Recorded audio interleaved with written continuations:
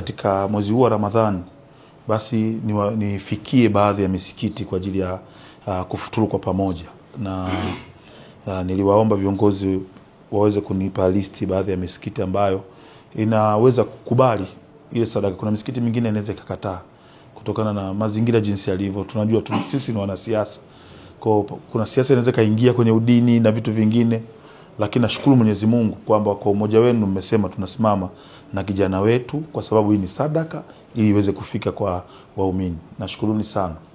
Na plani ilikuwa ni ya kwanza, ilikuwa ni kuwakusanya wote kwa pamoja, tufuturu wote kwa pamoja kwenye uwanja mmoja, lakini shida kubwa ilitokea kwenye namna ya watu kuweza kufika kwenye hilo eneo. Kwanza tulishauriana tufanye Ujiji, akaonekana sasa je, watu wa Bangwe, watu wa Kibilizi, watu wa Gungu kuwasafirisha mpaka Ujiji na kuwarudisha na Swaumu na vitu vingine, ikanileta utata kidogo. Kwa baadaye viongozi wenu wa dini wakanishauri, wakasema basi kama ni hivyo tuifikie misikiti yote huko huko ilipo, kwa kuwawezesha viongozi wa misikiti.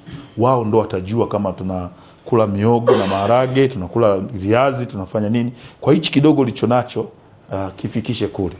Ningefanya kwa pamoja ingenipunguzia gharama kidogo, lakini ukisplit inabidi waongezee nguvu kidogo kutokana na namna ambavyo waumini wanavojitokeza huko ambako kuna misikiti yetu.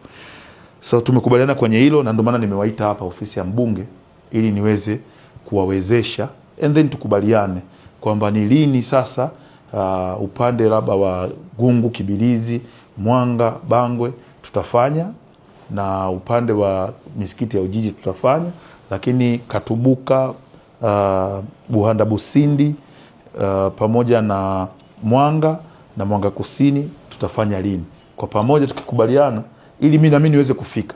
Tukifanya siku moja sehemu nyingi sitofika, lakini tukizikata naweza nikatembea hata misikiti 2-3 kusalimia, and then nikapata msikiti mmoja ambao ndo nitafuturu.